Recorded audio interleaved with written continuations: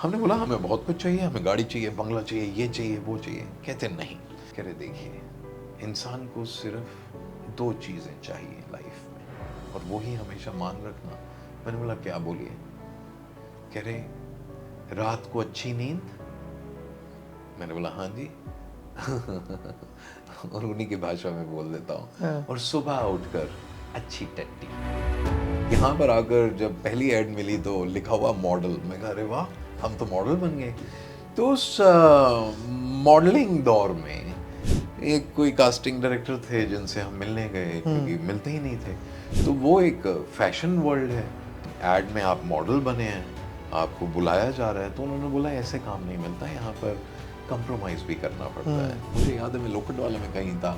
सो एक गाड़ी दिखी और गाड़ी के बीच में 2 लड़कियां and they were like kissing. Sharing their love. मतलब मेरे लिए तो ये मुंबई था।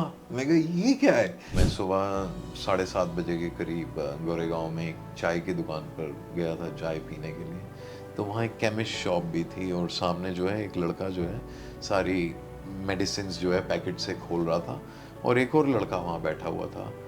वो फिल्म देख रहा था मोबाइल पर और वो फिल्म थी पार्च्ड।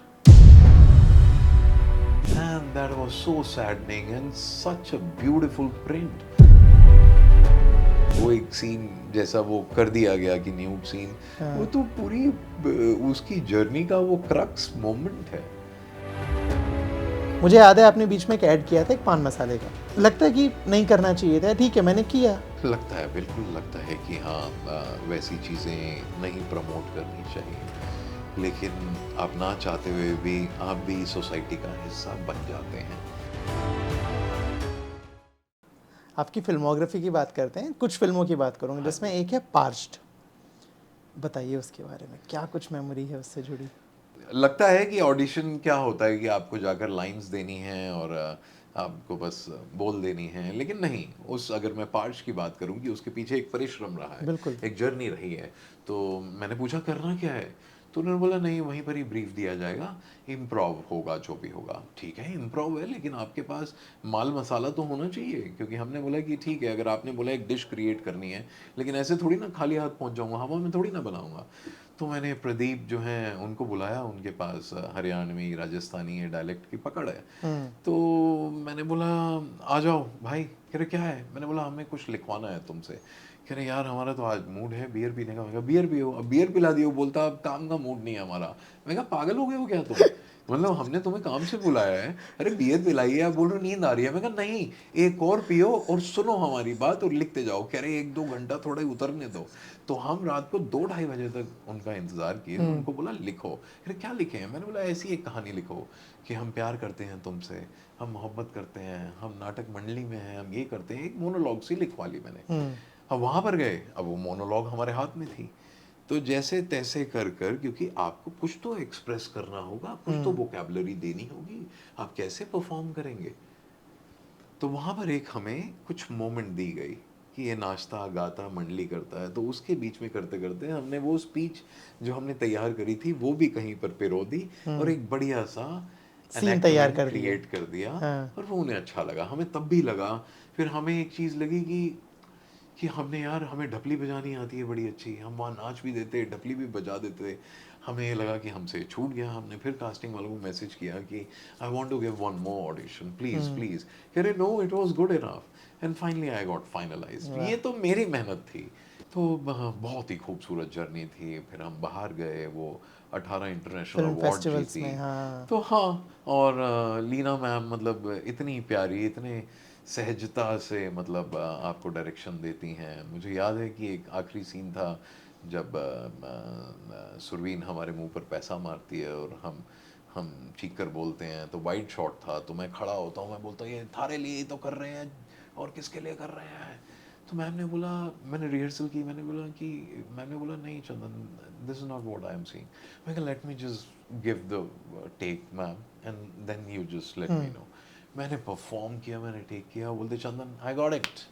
मैं कहा यार क्या बात है, इतना फेथ भी मतलब वो होता आर्टिस्ट है, पर रखें ज़रूरी अगर। होता है। क्योंकि मुझे भी नहीं पता, मैं जब परफॉर्म करूँगा अगर वो मुझे कन्विंस करेगा तो मेरी ऑडियंस को भी कन्विंस कर जाएगा। और वो हुआ। तो ओवरऑल वो जर्नी बहुत खूबसूरत थी, वो किरदार आज भी मुझे याद है। और हाँ मतलब बट इस फिल्म को लेके ही दो चीज़ें, एक और जैसे जो टीम थी, इंटरनेशनल अक्लेम्ड फिल्म थी, टीम थी, फिल्म ने इंटरनेशनली फिल्म फेस्टिवल्स में बहुत तारीफ लूटी, रिव्यूज़ बहुत अच्छे मिले, इसके बाद भी इंडिया में कमर्शियली उतनी सक्सेसफुल नहीं हुई। How do you see this? आपको लगता है कि ऑडियंस उतनी उसमें एक मतलब ये गड़बड़ हो गई थी। मतलब ये बहुत ही अच्छे तरीके से यहाँ पर प्रमोशन के साथ रिलीज करते, लेकिन मैं ही वो पहला शख्स था जिन्होंने मैम को कॉल किया, प्रोड्यूसर साहब को फ़ोन किया और ये बताया कि मैं सुबह 7:30 बजे के करीब गोरेगांव में एक चाय की दुकान पर गया था चाय पीने के लिए। तो वहाँ एक केमिस्ट शॉप भी थी और सामने जो है एक लड़का जो है सारी मेडिसिन जो है पैकेट से खोल रहा था, और एक और लड़का वहाँ बैठा हुआ था, वो फिल्म देख रहा था मोबाइल पर। और वो फिल्म थी पास्ट। फिल्म अभी हिंदुस्तान में आई नहीं है और वो ऑनलाइन पर फिल्म देख रहा था। तो वो फिल्म ऑनलाइन पर रिलीज हो चुकी थी, pirated version, leak? leaked. And that was so saddening and such a beautiful print. I just called them up. They said it's all over the world online like a virus. So without any promotion, within 2-3 days, they just released the film. और राधिका का जो video बहुत viral हुआ था, उसमें जो scene था राधिका का, वो हाउ डू तो यू सी खैर दिस? खैर वो तो एक फिल्म का बहुत अभिन्न मतलब पार्ट पार्ट है, था, मतलब करेक्ट। बहुत ही ब्यूटीफुली शॉट किया हुआ है। जब आप फिल्म को समूह में देखें तो वो बहुत ही खूबसूरत दिखेगा, लेकिन उसको बिट्स एंड पीसेस में आप देखेंगे, आप बोलेंगे ये क्या है, कि हाँ। तो वो तो मतलब वो तो एक ऐसी मोमेंट थी जहाँ पर आपके भी आंसू आ जाएं। हाँ, तब मेरे पिताजी थे इस दुनिया में, तो मैंने उनको स्क्रीनिंग दिखाई थी। ही लव्ड द फिल्म और उन्होंने कॉम्प्लीमेंट दिया। हाँ, वो कहीं पर भी एक मतलब वो एक सीन जैसा वो कर दिया गया कि न्यूड सीन, वो तो पूरी उसकी जर्नी का वो क्रक्स मोमेंट है कि हाँ, जिसको प्यार नहीं मिल रहा है उसे कहीं से प्यार मिला है, चाहे चाहे वो लड़की है या लड़का है या कौन है, उसको कभी छुआ किसी ने नहीं, छुआ नहीं प्यार हाँ से, हाँ हाँ। हाँ, तो क्या होगा? ठीक है ना? तो क्या बढ़िया मोमेंट थी वो। मतलब अपने आप को डिटैच कर कर भी कभी जब सिनेमा देखो कि मैं इसका हिस्सा ही नहीं हूँ, तो आप जब देखो तो लगता है यार क्या सिनेमा है, क्या बढ़िया है।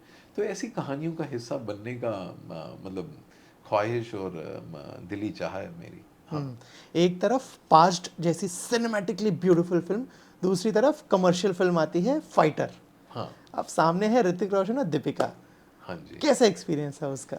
अब जैसे आपने पहले टीवी की बात की, मैं किसी भी फॉर्मेट को अलग नहीं मानता हूँ, ठीक है ना? मतलब मैं तो वैसा ही अभिनय करूँगा, चाहे वहाँ पर हूँ, हाँ, चाहे बड़े फॉर्मेट में हूँ। हाँ। हाँ, बस दुनिया बदलती है आसपास की, ठीक है ना? टेक्नीशियंस बदलते हैं, ठीक है? तो वो एक वर्ल्ड बहुत ही मतलब खूबसूरत वर्ल्ड था। फाइटर जेट्स ऐसे खड़े हुए हैं, मतलब इस टाइम पीरियड के सबसे बड़े महानायक हैं, ठीक है? और आपको भी खूबसूरत दिखते हैं। जैसे हीरो की अगर राइट परिभाषा दी जाए तो बोलेगा कि मतलब एक लंबा चौड़ा सुडौल सुंदर, एक गाने वाला, एक नाचने वाला, ग्रीक गॉड दिखने वाला, वो सब कुछ है। ऋतिक रोशन। ठीक है ना? मतलब जब मैंने उनको इन पर्सन देखा तो मैंने ये दिया कॉम्प्लीमेंट उन्हें। मैंने बोला आप तो स्क्रीन से भी ज्यादा खूबसूरत इन पर्सन दिखते हैं। तो वो बोले थैंक यू। मैंने बोला यार ये तो स्क्रीन से भी ज्यादा खूबसूरत है। समझ रहे हैं ना? करेक्ट, कई बार करेक्ट। होता है ना एक्टर्स जो इतने बढ़िया दिखते दिखने हैं, वो जब ऑफ पास स्क्रीन आके उतने देखो नहीं तो होते देखो हैं, यार ये हाँ। पतले से हैं, मतलब ये कुछ जमा नहीं, कईयों का मतलब वो मिसमैच रहता है। ठीक है, कई हीरोइनों को भी देखें तो वो देखते हैं अरे यार ये तो कितनी पतली सी वहाँ दिखती नहीं है, ठीक है ना? और उसमें स्क्रीन लेकिन पे क्या लग हाँ, रही होती, हाँ। सेम दीपिका का भी वैसा है, वो वैसा चार्म है। वो आपसे मिलती हैं, एक एक आर्टिस्ट से मतलब रूबरू होती हैं। मेरे साथ तो एक मोमेंट हुई थी कि मैं उनको हेलो करने के लिए उठा, तो जो ग्लेयर्स थे वो नीचे गिर जाते हैं, तो दीपिका मेरे से पहले नीचे उठकर मेरे लिए उठा देती हैं। अरे वाह। मैं बोला यार कितनी डाउन टू अर्थ है, और ऐसे कहानियाँ किससे सुनने को मिलते हैं। तो वो कई बार बड़ा गड़बड़ हो जाता है, क्योंकि आपका भी परसेप्शन बनता है वैसा। करेक्ट। लेकिन बहुत अच्छे हैं, बहुत प्यारे हैं, बहुत मेहनती हैं। मैं तो ऋतिक सर को देखता था कि मतलब यार इन्होंने तो तपस्या करी है यार, पूरा जीवन जो है like they eat boiled food, ठीक है ना, और अपने वर्कआउट चलता रहता है, जहाँ मोमेंट मिलता है तो वहाँ एक्सरसाइजेस करते हैं। तो ऐसे ही नहीं बने हैं, बहुत मेहनत है इनकी। हाँ, तो और डायरेक्टर साहब, उनका तो क्या सिद्धार्थ। कहना, वो तो मतलब हाँ हाँ हाँ, मेरा तो मतलब शायद मैं कुछ करूं उनकी अगली फिल्म में। हाँ, ये प्रतीक गांधी, अब मेरा हाँ। पूरा विश्वास है, वो जब गांधी, हम मित्र हैं, हमने साथ में काम किया है। हम्म। अब प्रतीक गांधी, अब जब अभी तक तो कुछ हुआ ही नहीं है उसका, भी गांधी आएगी तो मेरा मानना है हंसल मेहता। ही बी वर्ल्ड फेमस, ठीक है ना। और मैं उस चाहूंगा पंकज त्रिपाठी, ठीक है ना, हम सारे साथ के हैं दिल्ली थिएटर से, क्या जर्नी है, यहाँ मिलते हैं, हम बातें करते हैं।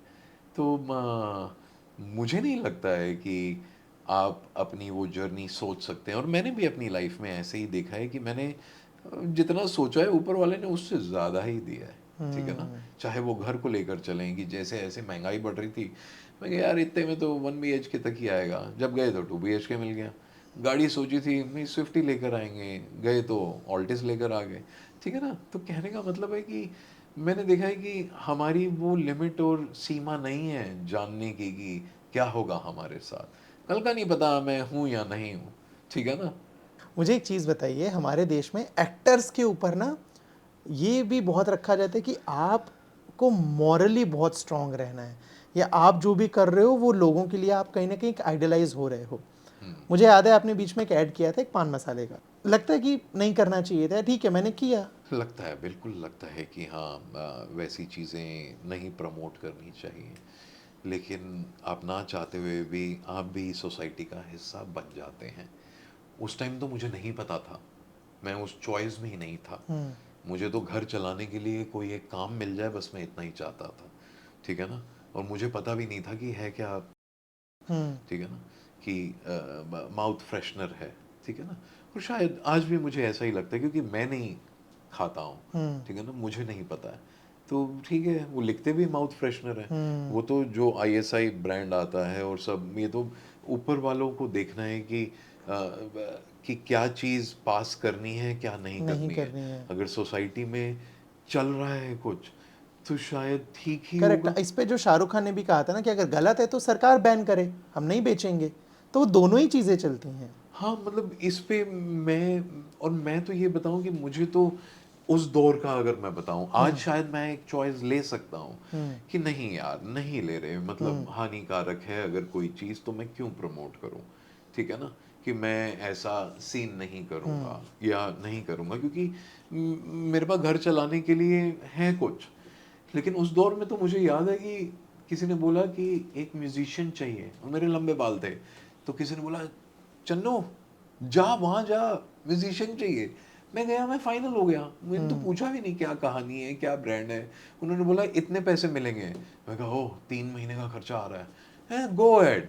अपन पहुंच गए वहां पर। मुझे याद है कि वहां पर जो ऑडियंस में अपने फॉरेनर्स थे, तो उन्होंने बोला what is this, I said it's a mouth freshener. तो मैंने बोला do taste it. So they tried it and they were like they spat it at that moment only, कि थू थू थू। मैं कहा क्या हुआ, कह रहे no no no no, this is we can't have it. तो मुझे नहीं पता वो कौन सा हाँ, देन अगेन कि मैं किसी ब्रांड की बात नहीं कर रहा हूँ, it was like a product. सुपारी जो भी है। तो हाँ, बट ठीक है, लोग खा रहे हैं, उनको क्या मिल रहा है क्या नहीं मिल रहा है। Everybody knows tobacco is injurious to your health. Health. तो सब समझदार हैं। अब सरकारें बेच रही हैं, क्यों बेच रही हैं, बैन करो चीज़ें, मत करो। सबसे ज़्यादा लेकिन मुनाफा तो इन्हीं चीज़ों में आ रहा है सरकार को भी। अब मैं इन सब में जाना नहीं चाहता हूँ, मुझे नहीं फैक्ट। पता है, ठीक है ना।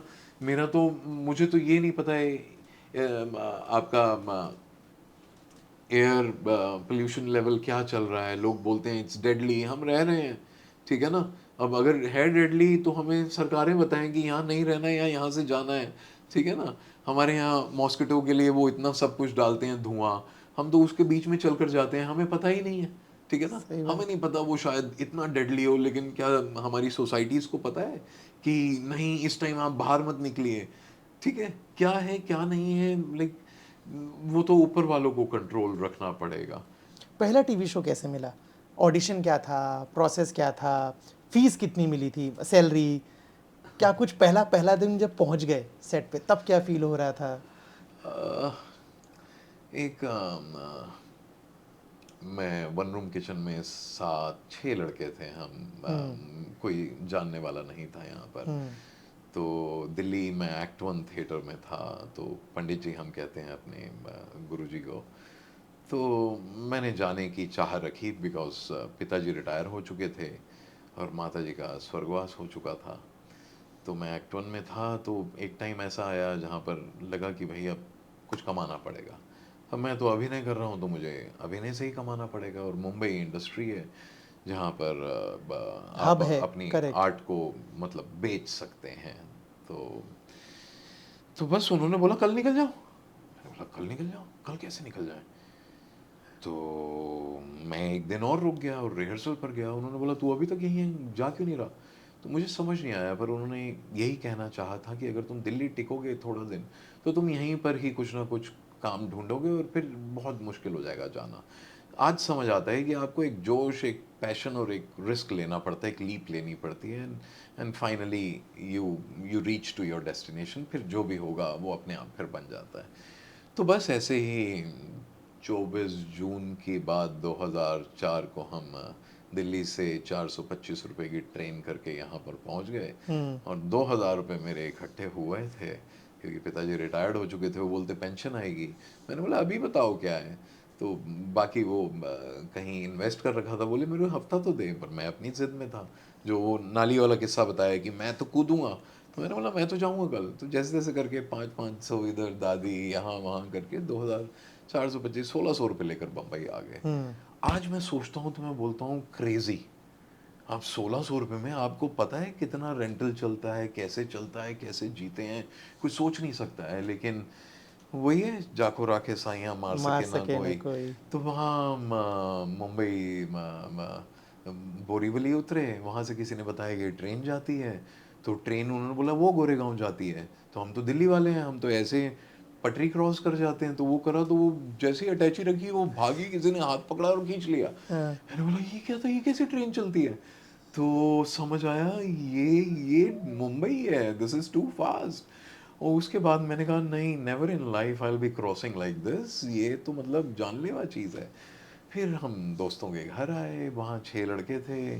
कोई रात पूरी रात जागता था, कोई सोता था। उसके बीच में एक चादर थी आपके पास, और बारिशों के दिनों में आ रखे हैं, तो चादर नीचे डालें तो ऊपर ठंड लगे, ऊपर रखें तो नीचे नीचे ठंड ठंड लगे। लगे। तो करते कराते वहाँ पर एक ललित हमारे रूममेट थे, वो यूटीवी में कहीं ईपी थे। तो उन्होंने बोला यहाँ पर ऑडिशन चल रहा है, जाइए। तो वहाँ गए। अमरीश शर्मा एक कास्टिंग डायरेक्टर हैं। तो उन्होंने हमें अपने सीनियर से मिलाया, उनको गुरु कहते थे। उन्होंने हमें एक रोल दिया। वो, आप एक पैशन के साथ आते हैं, आपने दिल्ली में अपना नाम बनाया, दिल्ली थिएटर करते हुए आए हैं, आपके नाम के शोज़ रहे हैं, आप इंडिया टुडे में छपे हो, आप यहाँ पर आते हैं, आप बोलते हैं ये तो नहीं करूँगा। हमने दिल्ली में अपने गुरुजी को फ़ोन किया, उन्होंने बोला कि अगर नहीं है मन तो मत कर। नहीं किया। 5000 रुपये दे रहे थे एक दिन का। कहाँ मैं वो भी उस समय। 5000 पर डे, करेक्ट। ठीक है, वो कुछ पोगो चैनल के लिए कुछ था। तो वो जिस तरह की एक ओवर एग्जैजरेटेड कॉमेडी थी। So I I didn't want to portray something like that, कि मैं अपनी पहली बारी में कुछ ऐसा करूं, एग्जैजरेटेड परफॉर्मेंस। तो मैंने मना कर दिया। फिर मेरे को सेम यूटीवी से एक और दूरदर्शन के लिए शो के लिए ऑफ़र आती है। तो मैं जाता हूँ, तो वो बात करते हैं पैसे की। मैं बोलता हूँ 5000 तो मिनिमम लूँगा ना, क्योंकि लास्ट टाइम आप 5000 दे रहे थे मुझे उसका। तो इस टाइम वो बोलते 3000 पर डे। मैंने बोला नहीं, मैं नहीं करूँगा। तो वो वो भी जो, छोड़ दिया। नहीं वो नहीं अच्छा। छोड़ा। वो जो कास्टिंग हेड थे, कुणाल भाई, हाँ, तो वो मुझे बाहर चाय की दुकान पर ले गए। तो बोले चंदन क्या चाहिए तुम्हें? वो बिहार से थे। हमने बोला हमें बहुत कुछ चाहिए, हमें गाड़ी चाहिए, बंगला चाहिए, ये चाहिए, वो चाहिए। कहते नहीं, कह रहे हम एक ही लाइन बोलेंगे। मैंने बोला अगर आपकी लाइन हमें जमी तो हम ये शो करेंगे, नहीं तो आप हमारी बात समझ लीजिए, हम 5,000 रुपये लेंगे। उन्होंने बोला, कह रहे देखिए इंसान को सिर्फ 2 चीज़ें चाहिए लाइफ में और वही हमेशा मान रखना। मैंने बोला क्या, बोलिए। कह रहे रात को अच्छी नींद। मैंने बोला हाँ जी और उन्हीं की भाषा में बोल देता हूँ, हाँ। और सुबह उठकर अच्छी टट्टी। ठीक है ठीक है मैंने बोला यार, मैं कहा यार क्या बोल दे, बात बिल्कुल सही है, क्योंकि हम एकदम ही मैं फ्लैश में गया कि हमारे पिताजी का बिल्कुल वैसा वो पीकू वाला हाल था हाँ। अमित जी की तरह, कि हम बोलते थे पापा चलिए हम लेट हो जाएंगे वहां पर, कह रहे अरे क्या करें पेट ही नहीं साफ हो रहा है। तो वो बोलते थे कि हाँ रात को अच्छी नींद और सुबह उठकर पेट साफ हो जाए, बस इतनी दुआ मांगिए ऊपर वाले से, अगर ये रहेगा तो आप खुश हैं, आपका जीवन सफल है, बाकी तो सब बाय प्रोडक्ट है। मैंने बोला वाह, उनका कहने का मतलब था अच्छी हेल्थ रहे, बस इतना ही मांगिए, करेक्ट। बाकी तो सब कुछ मिलता रहेगा। तो उनकी इस बात पर मैंने वो शो किया, और वो उस दौर का दूरदर्शन का सुपर हिट शो था, क्योंकि जब मैंने पहली फिल्म काफिला की तो सनी सनी देओल सर उसमें थे। तो काफिला में जब हम पंजाब और लद्दाख जम्मू कश्मीर गए, तो मतलब प्रोडक्शन हाउसेस को मेरे लिए एक अलग पुलिस फोर्स लगानी पड़ी, और सनी सर के साथ अलग पुलिस फोर्स, क्योंकि मैं दूरदर्शन करता था। 2004 की बात है, और उस दौर में जो है दूरदर्शन, बोलबाला था। मतलब हाँ हाँ करेक्ट, हाँ। वही तो था। तो मुझे फर्स्ट ईयर में ही ऐसी मतलब जर्नी मिली थी, एंड दैट वाज अमेजिंग। तो ऐसे में शुरुआत हुई थी। पहला चेक यूटीवी से आया था 60,000 रुपये का, एक 24 साल के लड़के ने जिसने 7-8 साल थिएटर किया था, कभी कमाई नहीं की थी। तो जब वो 60,000 का चेक आया तो मैंने भाई साहब को फ़ोन किया, मैंने बोला 60,000 का चेक आया है, और वो ज़ीरो बैलेंस अकाउंट था सिटी बैंक में।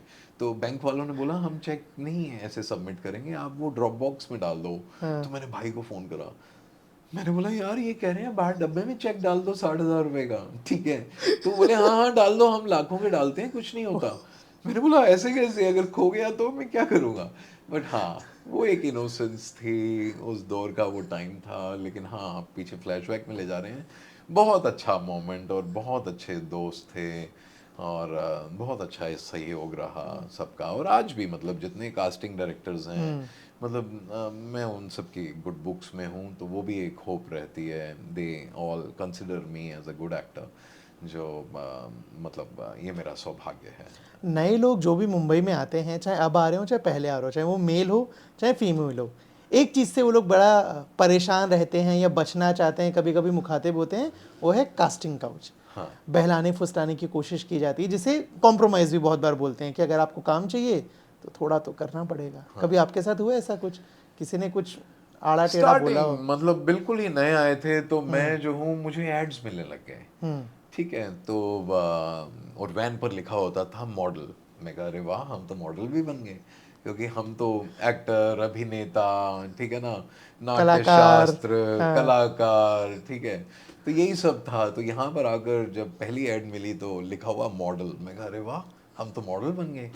तो उस मॉडलिंग दौर में एक कोई कास्टिंग डायरेक्टर थे जिनसे हम मिलने गए, क्योंकि मिलते ही नहीं थे। तो वो एक फैशन वर्ल्ड है, ठीक है।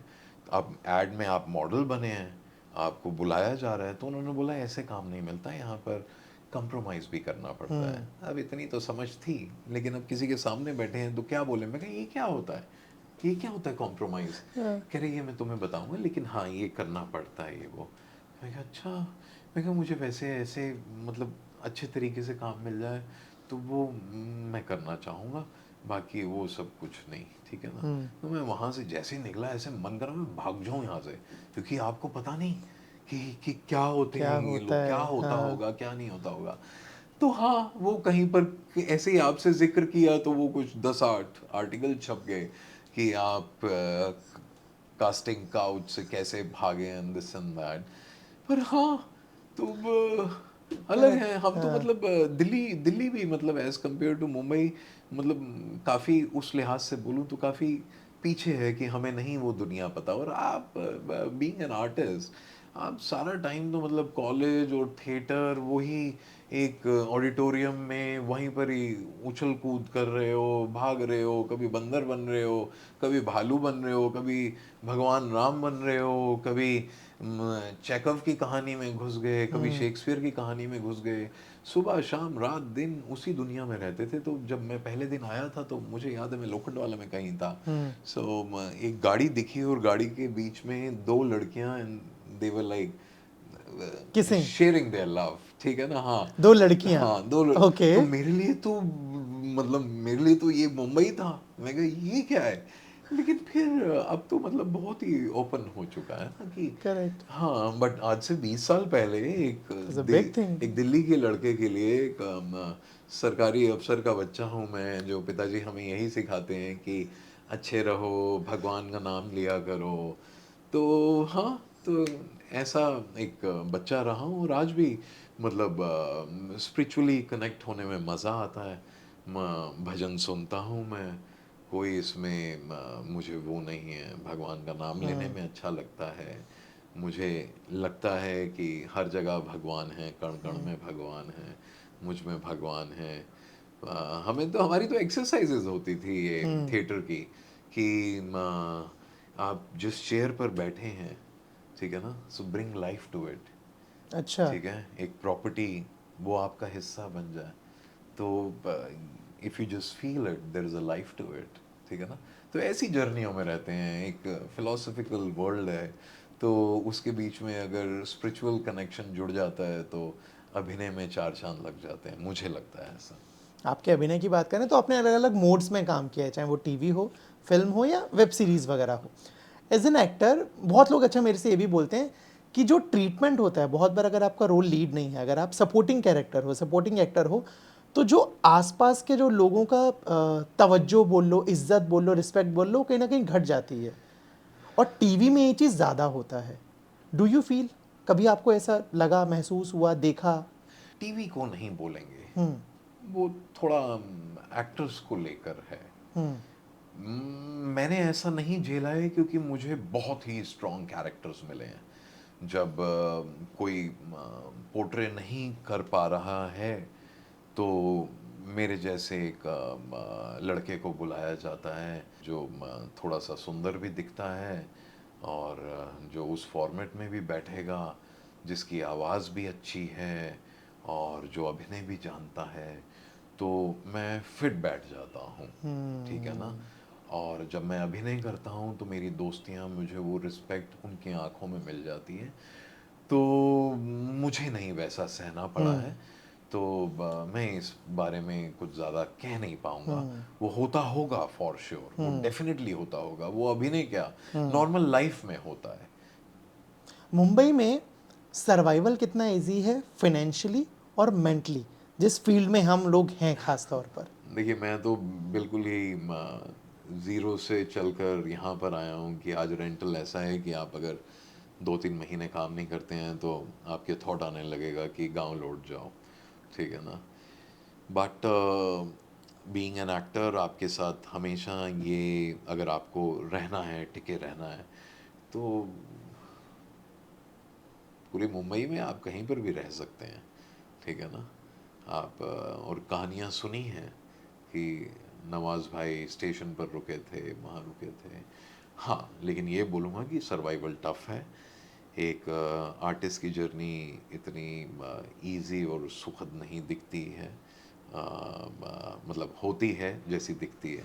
सबको बस हाँ, लास्ट का फेम दिखता है, उसके पहले हाँ, की जो हाँ। स्ट्रगल है। मतलब मैं उस दिन ही एक वो रिसर्च पढ़ रहा था कि बिलियनियर्स जितने बने हैं उसमें से 3% आर्टिस्ट होते हैं। ये वो बात कर रहा हूँ कि 3% आर्टिस्ट बिलियनियर्स बनते हैं। ठीक है। और हम देखते ही उन 3% को हैं कि मुझे शाहरुख खान बनना है, मुझे आमिर खान बनना है, मुझे रणबीर कपूर बनना है, मुझे, ठीक है ना, मतलब उस लेवल का फेम चाहिए।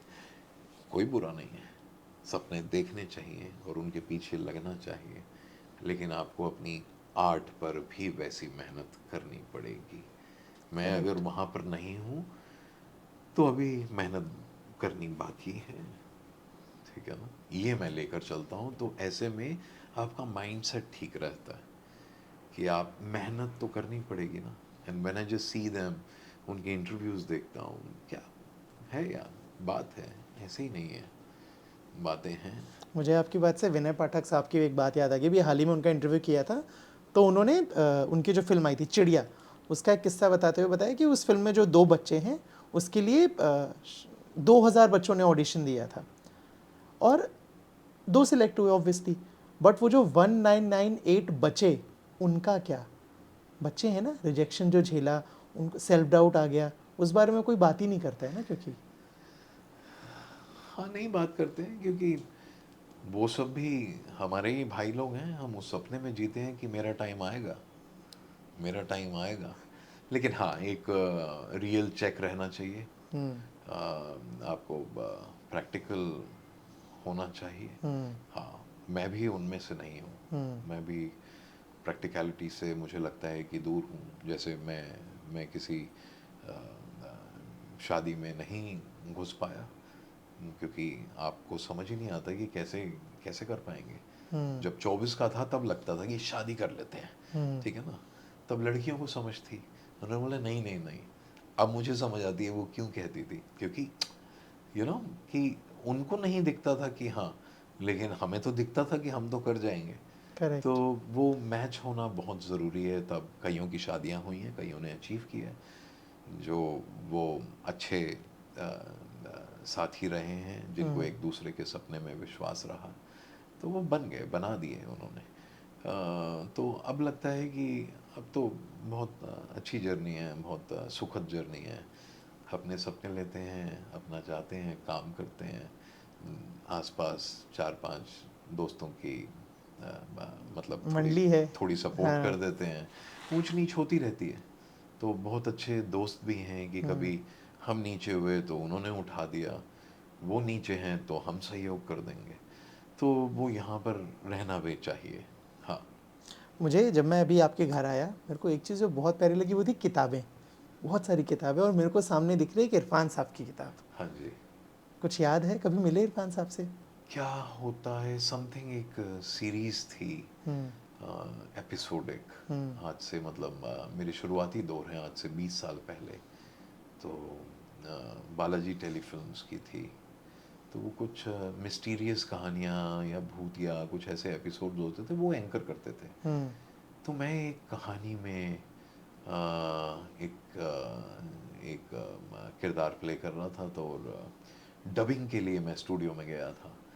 वहाँ पर ही वॉज कमिंग आउट। तो मैं उनसे मिला।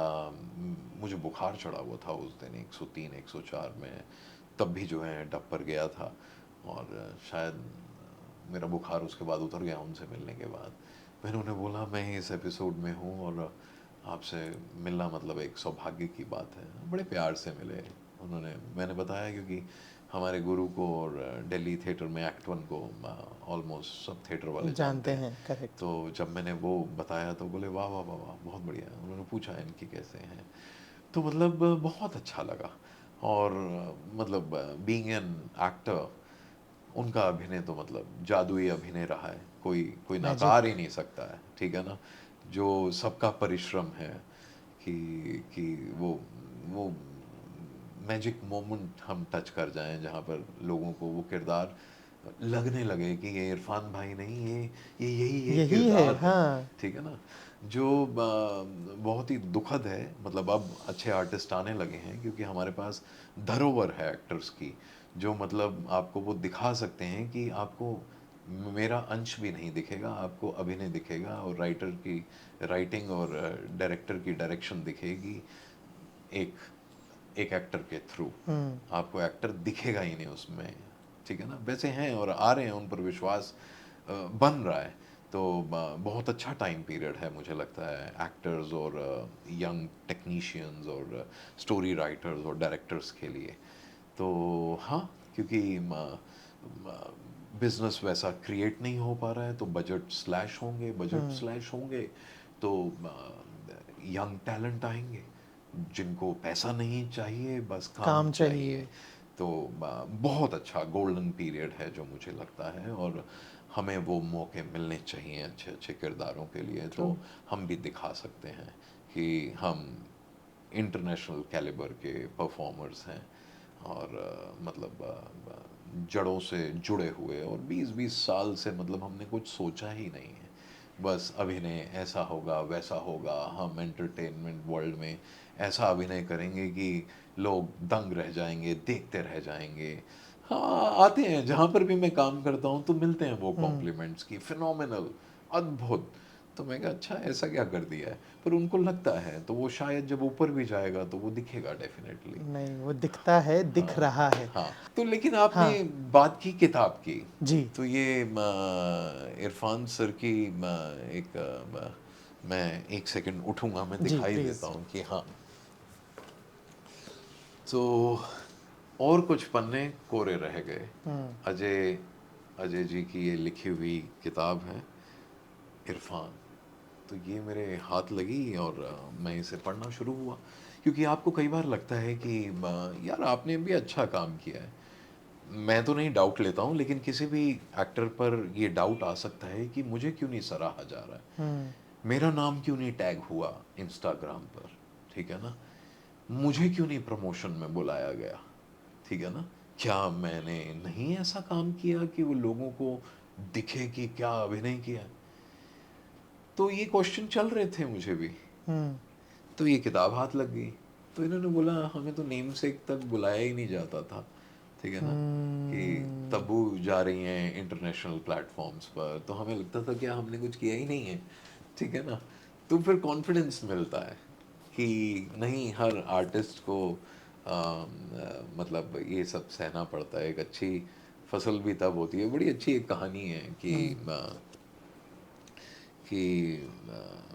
किसी को बड़ा अच्छा सेटअप मिल गया फसल उगाने के लिए, मतलब ग्रीन हाउस दे दिया गया, सब कुछ दे दिया गया, बनाया 2-3 महीने में, आपको अच्छे फर्टिलाइजर्स भी मिल गए, लेकिन जब फसल उगी तो देखा तो गेहूं तो वैसे आई नहीं। तो बताया गया कि गेहूं अच्छी तभी आती है जब उसको धूप मिलती है, जब आंधी तूफान आते हैं वो खुद खड़ी होती है, तब उस मतलब सारी कठिनाइयों से निकलकर एक अच्छी गेहूं और फसल फसल निकलती है, उगती है। ठीक है ना। तो वो बड़ा अच्छा एक पहलू, तो ये सब कहानियाँ सुनकर बड़ा अच्छा लगता है। जो आप बोल रहे हो मेंटल स्टेट, वो इन कहानियों किस्सों से ही बनती है आपकी, कि हाँ अपना टाइम आएगा। बहुत उम्दा। मैं ना आपके नाम से शुरू करना चाहूँगा। हाँ जी। मुझे आपके दो नाम दिखते हैं कहीं पे भी, इनफैक्ट आपके घर के नेम प्लेट पे भी मेरे को दो नाम दिखे। एक है चंदन मोहिंदर आनंद, एक है चंदन के आनंद। हाँ क्या सही है? दोनों के पीछे का क्या लॉजिक है? यार, अब मैं इस बारे में क्या कहूँ आपसे, मतलब विरले होते हैं हम आर्टिस्ट। जी। तो क्या था कि चंदन के आनंद, जैसे मेरे पिताजी का नाम एम के आनंद था, अच्छा। मोहिंदर कुमार आनंद, तो चंदन कुमार आनंद। तो आनंद मेरा सरनेम है, जी। और कुमार हूँ मैं अपने हाँ पिताजी का, और चंदन मेरे परदादा जी ने मुझे नाम दिया था, हाँ। तो चंदन के आनंद था। फिर मेरे पिताजी के स्वर्गवास के बाद जैसे हमारे यहाँ पर क्योंकि हम दिल्ली में तो हमारे वही नाम चलते हैं, नेम जी। एंड सरनेम, जी। बट मुंबई आकर जो है फादर का भी नाम जुड़ता है, जोड़ना पड़ता है, ठीक है ना, करेक्ट। अपने पासपोर्ट और सब जगह पर। हाँ। तो पिताजी के जाने के बाद तो मैंने सोचा मेरे जीवन में वो मेरे साथ रहे, तो फिर चंदन मोहिंदर आनंद, ब्यूटीफुल। तो मैंने पासपोर्ट और सब जगह वो रखवा है, बट फिल्म डिवीजन में मैं अपना चंदन के आनंद ही रखता हूँ। हाँ एक और एक्टर है चंदन आनंद। हाँ कभी ऐसे कुछ कंफ्यूजन हुआ है कि कोई उनसे बात करना चाह रहा हो, आपको कर दिया हो, आपसे करने चाह रहा हो, उन्हें कर दिया हो? हाँ, उनसे बात हुई है कई बार, हाँ कास्टिंग से कॉल आता है, देन हाँ when I just get in touch with them, तो उन्हें रियलाइज होता है कि नहीं, अरे अरे अरे, फिर वो बोलते हैं सॉरी सर, वो चंदन दूसरे को करना था। हाँ और एक बार हमारे सनी हिंदुजा मित्र हैं, हाँ तो हाँ उन्हें हाँ। कहीं पैसे ट्रांसफर करने थे दूसरे चंदन को, तो वो मेरे को ट्रांसफर कर दिए उन्होंने। तो मैंने बोला अब तो ये मेरे पास आ गए हैं, तो हाँ। और सारे आर्टिस्ट जो हैं जो जी। कनेक्टेड ही रहते हैं, तो सब जानते हैं। जानते हाँ हैं। बट कभी फिर ये नहीं लगा कि यार नाम शायद बदल लूं? जैसे बहुतों ने बदले हैं, अक्षय कुमार से लेके कियारा आडवाणी से लेके, नहीं कि नहीं, कंफ्यूजन है तो बदल लेता नाम हूँ। तो मतलब आपके पास टैग्स हैं, मतलब क्या है इन सब चीज़ों में, उससे फर्क नहीं पड़ता। मेरी आवाज़ अलग है, मेरा चेहरा अलग है, मेरा काम अलग है, मेरी लाइफ की जर्नी अलग है, तो हम वहाँ पर अलग हैं। करेक्ट। नाम तो क्या है, ठीक है ठीक है। ना। जर्नी के बारे में बात करते हैं। कैसे शुरुआत हुई? कब लगा कि एक्टर बनना है? घर का फिनेंशियल स्टेटस कैसा था, पापा क्या करते थे, मम्मी क्या करती थी? पिताजी मेरे सरकारी अफसर थे MTNL में, डिपार्टमेंट ऑफ टेलीकम्युनिकेशन में। तो इंजीनियर थे वो, और वो चाहते थे कि हम तीन भाई हैं कि तीनों में से कोई UPSC के एग्ज़ाम्स दे और अफसर बने। पर हम सब के अपने अपने इंटरेस्ट थे। हाँ। पिताजी गाना भी गाते थे, तो फिल्मों का भी उनको शौक था, तो शायद वहाँ से कहीं कुछ रुझाव था। मेरा छोटा भाई जो है वो प्राग में है, सो वहाँ पर अपनी वो डांस स्कूल चलाता है और साथ में ओ जॉब भी वाओ। करता है। हाँ। बड़े भाई साहब जो हैं ट्रैवल इंडस्ट्री में हैं, वो all over the world travel करते रहते हैं अपने क्लाइंट्स के साथ। तो बड़े भाई साहब आपको एक राह दिखाते हैं, तो सबने बोला लैंग्वेजेस कर लो। तो मैं जापानीज सीख रहा था दिल्ली में, और मेरे छोटे ब्रदर ने जर्मन सीखी है, तो वो जर्मनी चला गया, फिर वहाँ से फ्रांस चला गया, कहीं कहीं कहीं निकल गया। तो और मैं उन दिनों में जब कॉलेज में ट्रैवल मैनेजमेंट कर रहा था, क्योंकि भाई की जर्नी भी अच्छी लगती थी, तो ट्रैवल एंड टूरिज्म मैनेजमेंट में मैं ग्रेजुएशन कर रहा था दिल्ली यूनिवर्सिटी से, और साथ में जापानीज सीख रहा था। तो जापानीज सेंटर जो है वो मंडी हाउस के पास था। तो यहाँ एक थिएटर्स हैं, हाँ, तो एक हाँ। दिन मैंने इवनिंग में जो है एक नाटक देख लिया। कौन सा क्या है, याद है? अभी NSD के चेयरमैन हैं अपने चित्ररंजन त्रिपाठी चित्ररंजन जी। भाई, हाँ। तो उनकी डायरेक्शन में एक नाटक था कैपिटल एक्सप्रेस, और नाहड़ी भाई हमारे सीनियर हैं, तो उनको मैंने परफॉर्म करते हुए देखा था। और जब ऑडियंस क्लैप कर रही थी, तो मैंने बोला यार ये कुछ एक काम है, ये करना है। तो मैं कॉलेज की ड्रामेटिक सोसाइटी में भाग ले लिया, और वहाँ से फिर जर्नी चालू हुई। फिर मैं अमेच्योर थिएटर ग्रुप को ज्वाइन किया, Smita, then I went to act one. और फिर जर्नी ऐसी रही कि बहुत ही खूबसूरत, मज़ा आने लगा और तालियां मिलने लगी। तो वो मतलब एक नशा था, और अभिनय फिर धीरे धीरे वो भी एक नशे की तरह है कि धीरे धीरे आपको जब लग चढ़ता लग है। जाता है, तो वो जो लोग कहते हैं कि कीड़ा काट गया आपको, तो वो फिर मुझे काट चुका था, और मुझे अभिनय करने में मज़ा आने लगा, और वही हाँ। फिर मेरी जर्नी बन गई।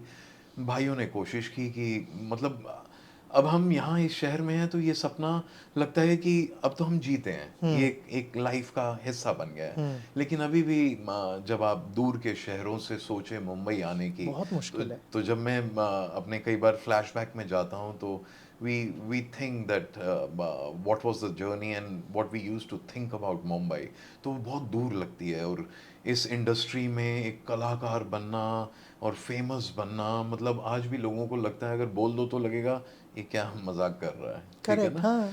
तो वो डर था मेरे परिवार को भी। तो भैया ने चाहा कि मैं एटलीस्ट लॉ की डिग्री ले लूं, कि कल को कुछ ना हो तो एक स्टैंप लगाकर एक नोटरी मतलब, वोटरी तो हाँ, चली नोटरी जाए, हाँ। नोटरी तो चल जाएगी। तो मुझे भेजा गया एग्जाम में, तो अच्छा। मैंने भगवान जी के नाम लेके सारे टिक कर दिए, क्योंकि मैं गलती से भी पास नहीं होना चाहता था, क्योंकि मैं कोई भी बी प्लेटफॉर्म रखना नहीं चाहता था अपनी लाइफ में। मैंने बनूंगा बोला तो एक्टर ही। हाँ, यानी कि मैं ये हाँ। सोच कर आया था कि यार वापस नहीं आएंगे, करेंगे तो यही करेंगे, तब वो एक जोश था। लेकिन ऐसा मैं किसी को नहीं कहूँगा कि हाँ, आप परिश्रम करें, ये मेरा मानना है। मैंने सीनियर से भी ये जाना है, ऋषि साहब से जब मैं एक फिल्म कर रहा था, उन्होंने बोला किस्मत अपनी जगह यहाँ मायने रखती है, और मेहनत आपकी हमेशा सफल होती है। तो हाँ, अपनी मेहनत पूरी कीजिए, और अगर किस्मत ने भी आपका साथ दिया तो आपको कोई नहीं रोक पाएगा। तो मेहनत कर रहे हैं, और जब छोटे छोटे भाग बड़ी बड़ी फिल्मों में पोर्ट्रे करते हैं, तो कहीं ना कहीं एक सपना पूरा होता है कि हाँ, मतलब चीज़ें बन रही हैं स्लोली एंड स्टेडीली, बट एक आशा रहती है। और I don't have any regrets, मतलब मुंबई ने सब कुछ दिया है, घर, गाड़ी, मतलब शोहरत भी कहेंगे किसी बिल्कुल मिल रहा है, करेक्ट। लेवल पर कि आप हाँ। मुझे इंटरव्यू कर रहे हैं। तो ऐसी जर्नी रही, और माता पिता का अच्छा सहयोग रहा, कभी कोई क्वेश्चंस नहीं रहे। वो बस एक ही बात कहते थे कि जो भी करो अपना दिल लगा कर करो, और हर फील्ड में आपको जो है सफलता मिल जाएगी, अगर आप फोकस, डिटरमिन्ड और कंसिस्टेंट रहते हैं। बचपन में कैसे थे वो, जो हम बोलते हैं दिल्ली के टिपिकल लौंडा टाइप थे, कि लड़ाई वड़ाई भी हो रही है, गर्लफ्रेंड गर्लफ्रेंड भी है, क्लासेस भी बंक हो रही हैं, वैसे थे या बहुत एकदम ऐसे सीधे सीधी चाल चलने वाले? नहीं यार, मैं अच्छा था, लेकिन दोस्त यार थे, हर तरीके के दोस्त थे, तो अगर वो बंक भी करते थे तो मैं उन बच्चों में से था। हाँ। मैं घर पर बोल देता था कि आज अरे हम रे! बंक करने जा रहे हैं, ठीक है ना? क्योंकि अगर मैंने बंक भी कर लिया ना बताकर भी, तो भी मेरे पेरेंट्स ने कुछ नहीं बोलना है, क्योंकि हुँ, उनको मुझ पर विश्वास था। और मैं बचपन से वैसा था कि जब इतना विश्वास है तो विश्वास क्यों तोड़ें, क्यों तोड़ना? ठीक है ना? करेक्ट। तो मुझे याद है कि दोस्त यार बोलते हैं कि आज बंक करेंगे उसको, तो मैंने बोला हाँ ठीक है कर लेते हैं। तो मैंने लकीली फ़ोन कर दिया था मम्मी को और मैंने बोला था आज हम बंक कर रहे हैं। कह रहे बंक क्या होता है? मैंने बोला मतलब हम स्कूल नहीं जा रहे हैं, हाँ, ठीक है ना? तो हम जब बाहर स्कूल के आसपास ही दिल्ली में एक जगह है विकासपुरी, हाँ, वहाँ हाँ, पर हाँ। बाइकों पर घूम रहे थे, तो किसी टीचर ने देख लिया और जो है हमारी कंप्लेंट हो गई। नेक्स्ट डे जो है हमें बोला गया पेरेंट्स को बुलाओ। तो वो बोले कि आपने आपने क्या किया आपको पता है? मैंने बोला नहीं जी मैं तो छुट्टी पर था, मैंने तो पेरेंट्स को बता रखा था। बाकी जो दोस्त यार थे तो वो तो अपने पेरेंट्स से पिटे। लपेटे गए। हाँ, हमारे तो पेरेंट्स ने बोल दिया था कि हाँ इन्होंने हमें बता दिया था कि हाँ, आज छुट्टी पर है। तो हाँ, मैं कहीं किसी लेवल पर जब आज इतना मतलब उम्र अपने लेवल पर हो चुकी है, तो मैं कहूँगा कि ज़्यादा शैतानियाँ की हैं, हुँ, लेकिन मेरी शैतानियाँ कुछ अलग रही हैं। हाँ, कि मुझे याद है मैं हाल फिलहाल में किसी को बता रहा था, हम तो ऐसे बच्चे थे कि हम किसी किसी रिश्तेदार के घर गए हैं और बड़ा अच्छा कलर हो रहा है, बड़ा अच्छा मतलब रंग हो रहा है, हाँ। वहाँ पर पेंट पड़ा हुआ था, तो शायद पेंटर्स की लंच ब्रेक होगी। तो मुझे लगा कि मैं भी क्यों ना पेंटिंग करूं, तो मैंने पेंटिंग उन्हीं पेंट कलर्स और ब्रश से करनी शुरू करी। उनकी दीवार ही खराब हो गई और वो पेंट का डब्बा एक पैर लगा और वहीं पर ही गिर गया। तो मैं गया उस कमरे में जहाँ पर हमारे पिताजी बैठे थे और सारे रिश्तेदार बैठे थे, किसी और के घर पर आ गए थे। हाँ, तो मैं होऊंगा आई थिंक सेकंड थर्ड में, तो मैं अपने पिताजी का हाथ पकड़ कर बोल रहा हूँ चलो ना अब घर चलो, अब घर चलो, अब घर चलो। तो मैं बाद में सोचता था कि उन्होंने जब वो देखा होगा तो कितने गुस्से हुए होंगे कि किसने किया है ये। लेकिन मैं चुप चुपा गए, तो ऐसी शैतानियाँ थी। हाँ। बैट बॉल खेलते थे, कहीं किसी का कुछ टूट गया। हाँ मतलब हैं चीज़ें हैं। अच्छा रहा बचपन। हाँ हाँ, मतलब वैसा नहीं, मेरी हमेशा से बचपन से ही एक ऐसी सोच रही हुँ, थी कि लिव एंड लेट लिव, मतलब किसी को ठेस मत मत पहुंचाओ, पहुँचाओ। किसी का नुकसान मत करो, बाकी आपको जो करना है। टूट फूट बहुत होती थी कि किसी ने चैलेंज कर दिया, तो वो मेरे पास ट्रेट्स हैं कि हुँ, मेरी फिजिकल हाइट से ज़्यादा हाइट जो है वो नाली की है, पर किसी ने बोल दिया ये कूद जाएगा, तो मैंने बोला कूद जाऊंगा। तो अभी तक तो कूदता आ रहा था, लेकिन एक ऐसी नाला या नाली आई कि वो जब कूदा तो सीधे जाकर यहाँ ठुका और यहाँ स्टिचेस आए। अरे रे! ठीक है, तो ऐसी बड़ी चीज़ें, ऐसी शैतानियाँ जहाँ पर आपको चोटें लगी हैं, शायद वही जो रिस्क लेने की प्रवृत्ति थी, वो शायद आपके काम में भी आई है, क्योंकि अभिनय एक ऐसा रिस्क ही काम तो है, है, मतलब हाँ, जिसका जिसका कल नहीं पता पता। नहीं है, करेक्ट। ठीक है ना? एक एक ऐसा बहुत ही मैजिकल कुआं है जिसके बीच में आपका जाने का मन करता है, लेकिन पता नहीं है आप कहाँ पहुँचेंगे। उसमें बस एक ही चीज़ है कि हाँ, एक स्वप्न नगरी है जिसमें आप जाने की पूरी कोशिश करते हैं। उसे नशा कहें या उसे ड्रीम कहें या किसी भी लेवल का रिस्क कहें, पर वो करने में मज़ा आता है। मज़ा इसीलिए आता है। हम सब सारे आर्टिस्ट यहाँ पर हाँ टिके हुए हैं और कर रहे हैं अपना परिश्रम। आपने अभी ऋषि कपूर साहब का नाम लिया बातचीत में, हाँ जी। जब आपने बताया कि मेहनत के साथ किस्मत भी बहुत ज़रूरी है। लाइफ में कभी कोई ऐसा मोमेंट आया जब लगा हो कि यार अविनाश मेहनत पूरी थी बट किस्मत की वजह से बात नहीं बन पाई? मैं ये लेकर नहीं चलता हूँ, क्योंकि ओके। अगर ऐसा मैं सोचूंगा तो कहीं ना कहीं मैं अपने आप को और अपनी मेहनत को नकारूंगा। ठीक है, वो हाइंडसाइट में रखता हूँ कि हुँ, हाँ होगा, पर मेरा ये भी मानना है, वो जैसे कहते हैं कि लकी आर दोज जिनकी like your your practice meets opportunity, you become lucky. तो हुँ, प्रैक्टिस करें, मेहनत करें, और जिस दिन एक अच्छी अपॉर्चुनिटी उसके साथ मेल जुड़ खा जाएगी। जाएगी, तब दुनिया कहेगी कि अरे वाह किस्मत वाला आदमी है। तो मुझे 21वां साल है मेरा, पर आज भी मैं बहुत ही कॉन्फिडेंट हूँ और ड्रीम्स के साथ हूँ। और जब बड़े बड़े डायरेक्टरों के साथ मौका मिलता है और जब वो आपको कॉम्प्लीमेंट करते हैं, तो आपका कॉन्फिडेंस बूस्ट अप हो जाता है।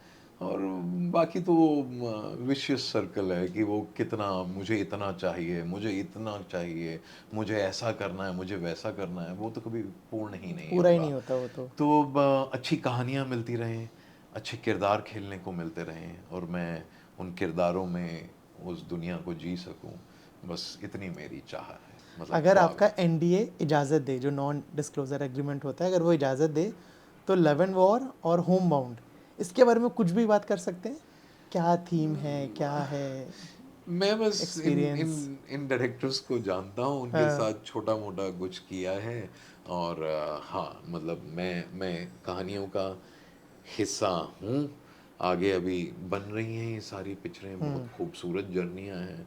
मैं बस अभी मैं वो अभिनेता हूँ जो पेरिफेरी पे खड़ा हुआ, मंदिरों को बस छूने का मुझे मौका मिला है, उनके द्वार को टच करने का। अंदर भगवानों के साथ वो मुझे अपनी आश्रय में ले लें, मुझे आशीर्वाद दे दें, तो मैं नाचूं, खेलूं, कूदूं। ठीक है, बस इतना सा है। हो जाएगा वो भी, और समझ गया, आई थिंक इजाज़त बहुत ज़्यादा नहीं है, हाँ, बट हाँ, मतलब एक्साइटमेंट है, हाँ, क्योंकि कन खजूरा है, उस पर बात कर सकते हैं जो रिलीज हुई है। हाँ, हाँ, डेफिनेटली इस पर बात करो, इसमें से आपको कुछ चीज़ें। हाँ बताइए। आपके प्रोजेक्ट्स में ही है कान खजूरा, उसके बारे में बता दीजिए, बहुत तारीफ हो रही है उसकी भी। हाँ यार, मैं अगर अपनी जर्नी बोलूँ तो अभी तो सब मुझे सौभाग्य से ये बोलते हैं कि आपकी प्रैक्टिस जो है एक अच्छे से पार्ट में अगर जुड़ जाती है तो आपकी सराहना होती है उस काम की। तो अजय राय, जार पिक्चर्स, पुराने हमारे मित्र हैं, प्रोड्यूसर साहब हैं और बहुत अच्छा मतलब काम करते हैं। उनकी स्टोरीज़ जो हैं दिल को छूती हैं। तो मैंने उनके साथ सबसे पहले मैं जुड़ा था रंगबाज में। रंगबाजी। हाँ, तो रंगबाज के बाद फिर उन्होंने मुझे दोबारा एक और बड़ा ही प्यारा सा किरदार दिया था, एक पुलिस अफसर का, बमफाड़ फिल्म बम्फार। आई थी। फिर अब हाल फिलहाल में मुझे बुलाया गया और डायरेक्टर साहब जो हैं चंदन अरोड़ा सर, उनका मैं अपने बचपन से फ़ैन हूँ। उनकी मैंने फ़िल्म देखी थी, मैं माधुरी दीक्षित बनना बनना चाहती हूँ। चाहती हूँ, क्या ओहो! फिल्म थी? मैंने बोला क्या फ़िल्म बनाई है यार, मैं हँस-हँस कर पागल हो गया था कि कैसे एक आर्टिस्ट बनना चाहती है, तो बोलते हैं इंडस्ट्री के सारे एक्टर हैं, बाद में पता चलता है सारे डुप्लीकेट हैं। तो ख़ैर वहाँ पर तो ज़्यादा इस बारे में बात नहीं कर पाए क्योंकि शॉट रेडी था और बहुत ही कम टाइम था मेरे पास और सीन बहुत बड़ा था।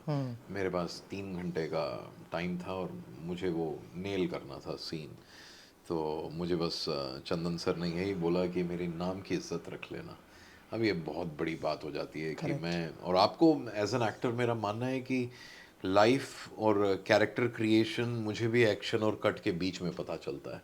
उससे पहले मैं बस अपनी प्रिपरेशंस के साथ होता हूँ कि क्या होगा, वो मेरे लिए भी एक रेवलेशन होती है। एक बार डायरेक्टर बोलता है एक्शन, आप किरदार को जीते हैं, जीते हैं, जीते हैं, जीते हैं, जीते हैं, जीते हैं और कट होता है, तो पता चलता है वाह! ये क्या था? ये क्या जर्नी थी? तो इसी को जादू और इसी को वो नशा बोलते हैं कि इसी एक मोमेंट के लिए एक आर्टिस्ट इंतज़ार करता रहता है। तो वो जब हुआ, सो ही सेड या आई गॉट इट, और बहुत बढ़िया था। और उसमें सिर्फ़ एक आर्टिस्ट का ही कुछ नहीं होता है, मतलब एक इट्स अ ऐस टीम वर्क। हाँ, म मतलब वो लाइटिंग इतनी प्यारी थी, ऐसा डिज़ाइन कर रखा था सीन, फिर को-एक्टर, बड़े सालों के बाद एक ऐसे अभिनेता के साथ काम करने का मौका मिला जहाँ पर आई जस्ट फेल्ट इट कि वो वही किरदार है और मैं वही किरदार हूँ। एंड या ही कॉम्प्लीमेंटेड मी एंड बहुत ही प्यारा सीन गया। तो मतलब कन खजूरा मैं सबको कहूँगा कि बिल्कुल। देखिए। और अगर सच्ची में मतलब मैंने तो चलो एक कुछ मिनट का एक सीन किया है जो कि बहुत पावरफुल सीन है, बट ओवरऑल कन खजूरा और रोशन मैथ्यू ने जो परफॉर्मेंस दी है, हमें ये देखना और सराहना होगा कि हिंदुस्तानी अभिनय किस लेवल पर जा रहा है। और जो कि ऐसा दिखता है कि एक्टिंग बहुत ही आसान है। आप बाकी आर्ट्स को देखो, मतलब सिंगिंग तो लगता है यार नहीं मैं तो नहीं कर सकता। आप डांसिंग देखो तो लगता है वाह क्या डांस है। सिर्फ एक अभिनय ऐसा बन गया है कि कोई भी कर सकता है, लेकिन जब आप अच्छे अभिनेताओं को लाएंगे प्लेटफॉर्म पे तो पता चलेगा कि ये आर्ट फॉर्म Easy है नहीं क्या। है बॉस। मतलब आप रोशन मैथ्यू की ये परफॉर्मेंस देखिए तो आप कहेंगे कि ओ दिस इज एक्टिंग। तो कई जगह पर कॉम्प्लीमेंट मिले हैं उन्हें कि master class in acting, and definitely he Agree. He did that. तो बहुत बढ़िया जर्नी रही थी वो भी। इस पूरी बातचीत को खत्म करने से पहले एक रिक्वेस्ट है आपसे, हाँ जी। और वो रिक्वेस्ट ये है कि जब आप चाय बना रहे थे तो आप गुनगुना रहे थे, तो हाँ ज़रा जी। कुछ दर्शकों के लिए भी गुनगुना दीजिए हमारे। मैं अब जैसे कई पूछते हैं कि जब काम नहीं होता है तो क्या करते हैं, तो पूरा दिन लाइंड अप ही रहता है। तो आजकल मैं सिंगिंग क्लासेस ले रहा हूँ, क्योंकि जब मैं थिएटर में था तो अगर मैं मेन लीड भी कर रहा होता था तो मुझे पीयूष भाई के ही किसी शोज में, तो पीयूष भाई बोलते थे अरे बेसुरे सारे पीछे खड़े हो जाएं लाइन में। तो मैंने लॉकडाउन के दौर में शुरू किया, मैं कहा क्यों ना यार अपने सुर पक्के किए जाए। साधे जाएं, ठीक हाँ। है। तो ऑनलाइन का ज़माना आ गया है तो सिंगिंग क्लासेस चल जाती हैं। तो बस कुछ कुछ सीखते रहते हैं। तो गुनगुनाता रहता हूँ। तो मैंने सोचा कि अपने लिए भी कुछ गाने होने चाहिए जिसमें आप अपने आप को एंटरटेन कर सको।